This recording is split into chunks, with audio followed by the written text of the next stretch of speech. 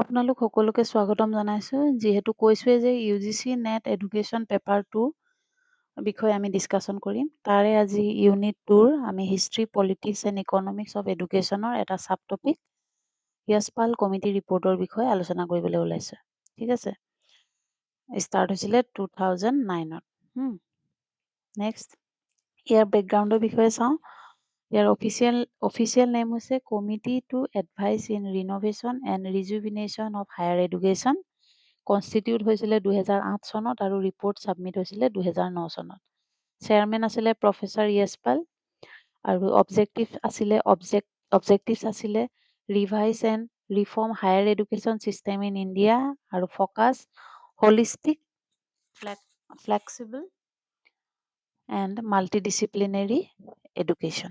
Objective asile promote equity and access in higher education aru reduce rigidities and compartmentalization in curricula, encourage multidisciplinary flexibility learning, strengthen teacher education, research and autonomy, and reduce rote learning and examination burden. Key recommendation চাওকচোন multidisciplinary education remove strict disciplinary boundaries ঠিক আছে encourage interdisciplinary learning liberal art and sciences আৰু focus on holistic development তাৰমানে কি হৈছে ইয়াত interdisciplinary boundary to strict যোনটো interdisciplinary boundary আছিলে তাক remove কৰিবলৈ চেষ্টা কৰিছিলে আৰু encourage কৰা হৈছিলে interdisciplinary learning আৰু লগতে লিবাৰেল আৰ্টছ আৰু সায়েন্সক মানে এনকাৰেজ কৰা দেখিবলৈ পোৱা গৈছিলে আৰু ফ'কাছ অন হোলিষ্টিক ডেভেলপমেণ্ট সম্পূৰ্ণ ডেভেলপমেণ্টৰ ওপৰত মানে কমপ্লিট ডেভেলপমেণ্টৰ ওপৰত ফ'কাছ হোৱা দেখিবলৈ পোৱা গৈছিলে এতিয়া নেক্সট হৈছে flexible curriculum credit base system for mobility access institution and courses আৰু emphasize on continuous assessment and project Next, autonomy and governance, greater autonomy for universities, independent boards for curriculum design, examination and research oversight. তাৰমানে এখন independent board establish কৰিবৰ বাবে recommend কৰিছিলে for curriculum ডিজাইনৰ কাৰণে এক্সামিনেশ্যনৰ কাৰণে আৰু ৰিচাৰ্চ অভাৰচাইটৰ কাৰণে Teacher education asile improve quality of teacher as a facilitator, mentor and guide আৰু continuous professional development and training ওপৰত গুৰুত্ব আৰোপ কৰিছিলে assessment and examination সদায় reduce কৰিছিলে exam centric evaluation পৰা promote continuous and comprehensive evaluation আৰু focus on critical thinking and problem solving equity and access special attention to women ST/SC minorities and rural students তেওঁলোকৰ ওপৰত এমফাচাইজ কৰা দেখা গৈছিলে expand scholarships and financial support আৰু reduce and innovation কি কৈছিলে encourage research culture and knowledge creation আৰু link higher education institution with industry and society one লাইনত চাই লওঁ কনষ্টিটিউট 2008 আৰু ৰিপৰ্ট হৈছিলে 2009 চেয়াৰমেন আছিলে প্ৰফেচাৰ ইয়াসপাল আৰু এইম আছিলে renovation and rejuvenation of higher education focus on multidisciplinary education, flexible curriculum, teacher quality, autonomy research, teacher role asile facilitator, mentor and guide, assessment asile continuous and comprehensive evaluation, aru reduce rote learning, aru equity asile focus on marginalized and research learner.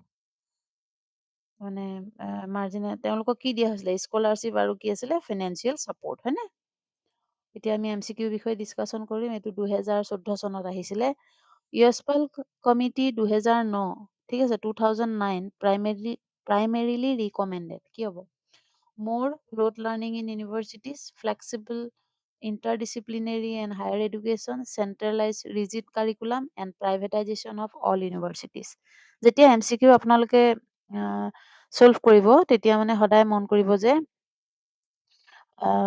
এই মানে যোনবোৰ মানে এইকেইটা point থাকে মানে যোনকেইটা মানে option থাকে অপশ্যনৰ মেক্সিমাম মানে যেতিয়া এইটো নিগেটিভ অপশ্যনবোৰ মানে প্ৰায় মানে সদায় ৰঙে থাকে বুলি ধৰা যায় কেতিয়াবা ক'ৰবাত হয়তো এক্সেপশ্যনেল হ'ব পাৰে, সেইটো কাৰণে নিগেটিভ লাইনবোৰক সদায় মানে এভইড কৰাটো উচিত। আৰু ইয়াৰ অনুপাতে ইয়াৰ শুদ্ধ উত্তৰ হৈছে কি বি, হয়নে? Flexible multidisciplinary higher education. আৰু বাকীকেইটা চাওকচোন, অকণমান নিগেটিভ দেখাইছে। ৰোট লাৰ্ণিং, মুখস্থ বিদ্যাটো এটা নিগেটিভিটি, হয় না? নিগেটিভ মানে নিগেটিভিটি নহয়, তাৰমানে নিগেটিভ এপ্ৰ'চ। আৰু ৰিজিড বুলি কোৱাটো নিগেটিভ, হয় নাই? আৰু প্ৰাইভেটাইজেশ্যন অফ অল ইউনিভাৰ্চিটি, সকলো ইউনিভাৰ্চিটি প্ৰাইভেটাইজেশ্যন হোৱাটো পচিবল নহয় ন, এইটোতো আমি সকলোৱে জানো। চ' এইটো কেতিয়াও হ'ব নোৱাৰে। নেক্সট, 2016 চনত আহিছিলে, which of the following was emphasize by the Yashpal committee? Strict disciplinary boundaries, interdisciplinary and holistic learning, examination centric evaluation and limiting teacher autonomy. ইয়াতো নিগেটিভ লাইন তিনিটাই আছে, হয়নে? তাতে গম পোৱা যায় যে correct is B, interdisciplinary and holistic learning. Next question, the role of teacher according to Yashpal committee. এইটো মই নকওঁ, এইটো আপোনালোকে নিজে জানিব চাগে। ফেচিলিটেটৰ, মেণ্টৰ এণ্ড গাইড, হয়নে?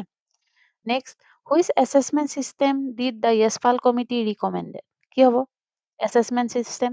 এইটোও জানে চাগে, কণ্টিনিউৱাছ এণ্ড কম্প্ৰিহেনচিভ ইভালুৱেশ্যন, হয় না? নেক্সট, য়েছপাল কমিটি এমফাচাইজ, এইখিনি এনে MCQ বনাইছো একৰ্ডিং মানে টপিকৰ লগত ৰিলেট কৰি, টপিকখিনি মানে ৰিভাইজ হ'বৰ কাৰণে। চাওকচোন, য়েছপাল কমিটি এমফাচাইজ কি আছিলে? Rigid disciplinary curriculum, multidisciplinary flexible higher education, centralize examination only, reduce teacher autonomy. Correct answer is B, multidisciplinary flexible higher education. Next, assessment in higher education according to YESPAL committee should be exam centric, continuous and contemporary based, only oral, only written, only আছে দেখিছেনে? That means C আৰু D টো complete নহয়, এই দুটাৰ ভিতৰত কোনটো হ'ব? Continuous and contemporary based. Next, teacher education reform recommended by YESPAL committee focus on কি হ'ব? Teacher recommendation, continuous professional development and mentoring. YESPAL committee suggested autonomy in কি হ'ব?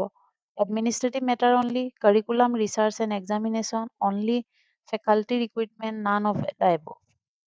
কি হ'ব এইটো? Curriculum, research and examination. Equity measures recommended by YESPAL committee include কি হ'ব? Scholarship for marginalized student, only urban, privatized of access, no attention of rural student. কি হ'ব? Option A, scholarship for marginalized student. আজিলৈ ইমানে, এইখিনি quick ৰিভিজনৰ কাৰণে already কোৱা হৈছে, আকৌ এবাৰ চাই ল'বা। আজি মোৰ এই ক্লাছটো সমাপ্ত কৰিছোঁ। নেক্সট ক্লাছত আৰু এটা নতুন চাব টপিক লৈ আহিম। ধন্যবাদ।